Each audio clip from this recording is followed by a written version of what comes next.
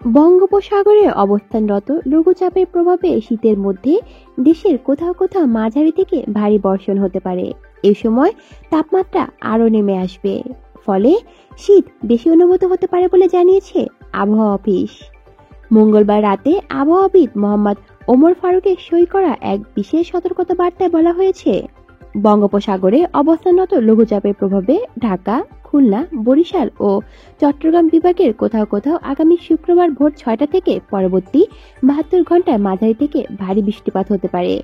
এদিকে আবহাওয়াবিদ শাহনাজ সুলতানার সই করা মঙ্গলবার সন্ধ্যা 6টা থেকে পরবর্তী 72 ঘন্টার পূর্বাভাসে বলা হয়েছে, প্রথম 24 ঘন্টা অস্থায়ীভাবে আংশিক মেঘলা আকাশ সহ সারা দেশের আবহাওয়া শুষ্ক থাকতে পারে।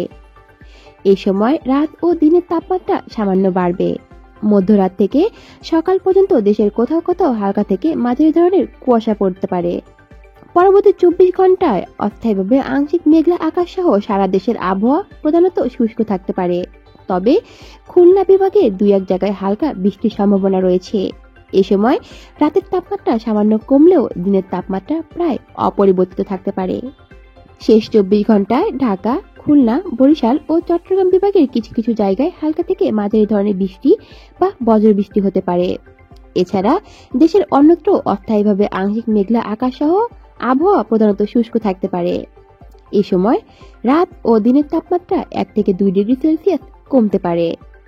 বর্ধিত 5 দিনের আবহাওয়ার পূর্বাভাসে বলা হয়েছে, এ সময়ে প্রথমার্ধে বৃষ্টিপাতের প্রবণতা অব্যাহত থাকতে পারে এবং দিনের তাপমাত্রা কমবে। কলি শিকদার, বাংলা নিউজ নেটওয়ার্ক।